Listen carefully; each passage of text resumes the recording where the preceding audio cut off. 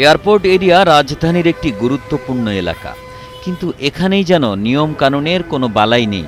নির্দিষ্ট স্টপেজে না থেমে যত্রতত্র যাত্রী ওঠানামা, চালকদের প্রতিযোগিতামূলক গতি, লেন ভঙ্গ করে গাড়ি চালানো, এসব কারণে ভোগান্তিতে পড়ছে সাধারণ মানুষ।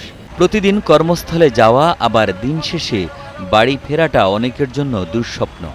বিশেষ করে এয়ারপোর্ট এলাকার আশপাশের বাসিন্দারা যেমন ভোগান্তি পোহাতে হয়, তেমনি উত্তরা বা গাজীপুরগামী যাত্রীদের ভোগান্তিও অসহনীয়। এখানে প্রায় 50 মিনিট সময় লাগলো, গাজীপুর থেকে 50 মিনিট। বিশেষ করে লাইনগুলো আরেকটু আপগ্রেড করা উচিত। একটু আপগ্রেড হলে সাধারণ জনগণ একটু স্বস্তি পাইতো যাত্রা পথে।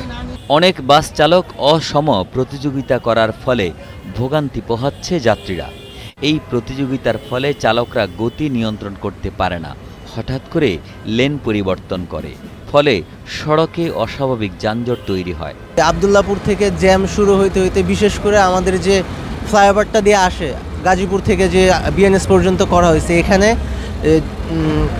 হাউস বিল্ডিংয়ের এখানে হচ্ছে কি বাস ড্রাইভাররা ইচ্ছাকৃতভাবে যাত্রী নেওয়ার জন্য জাম লাগায় রাখে। এখানে একটা লেট হয়, এরপর আজিমপুর থেকে একটু জাম শুরু হয়, এরপর থেকে হচ্ছে এয়ারপোর্ট পার হওয়ার পর থেকেই হচ্ছে আবার জ্যাম, মানে পুরাটাই আসলে জ্যামের রাস্তা। আসলে ট্রাফিক সার্জেন্টের কোনো অ্যাক্টিভিটিসই আমরা দেখতে পাচ্ছি না। আর লোকাল বাস নর্মালি হচ্ছে একটু পরপর দাঁড়িয়ে দাঁড়িয়ে যাত্রীর জন্য দাঁড়ায় থাকে।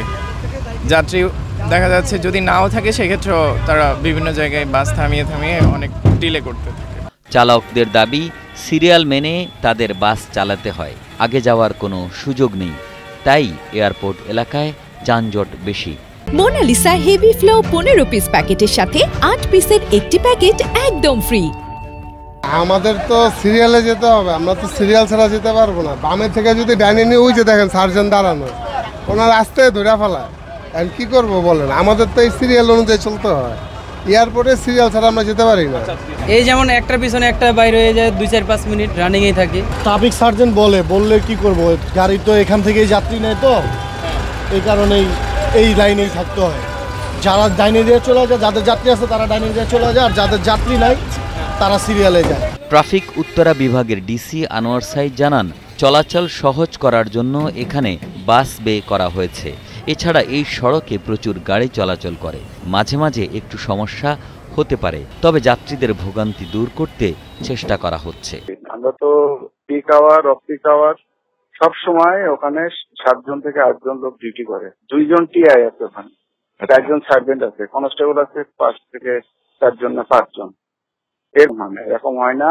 গাড়িগুলো আমরা বাস বে করেছি, আপনি গেলে দেখবেন বিমানবন্দরের সামনে থেকে ট্রাফিক বক্স পর্যন্ত ঢাকার দিকে যেতে হাতের বামে বাস বে করা আছে। বাসের ভিতরে গাড়িগুলো সবসময় রানিং থাকে, যেটুকু সময় যাত্রী চলন্ত অবস্থায় ওঠে এবং নামে। আর ডান পাশে যে গাড়িগুলো যাবে, মাইক্রো, আপনার প্রাইভেট কার, আপনার অ্যাম্বুলেন্স, যেগুলোর ওখানে দাঁড়ানোর জন্যই, সেই জন্য আমরা ডান পাশটা খালি রাখি, ডান পাশটা সোজা চলে যায়। আপনি যদি ওখানে দাঁড়ায় কিছুক্ষণ খেয়াল করেন তাহলে জিনিসটা বুঝবেন। আর আপনারা জানেন এই রোডে 5 লেন 10 লেনের গাড়ি একদিকে যায় একদিকে আসে, হিউজ গাড়ি।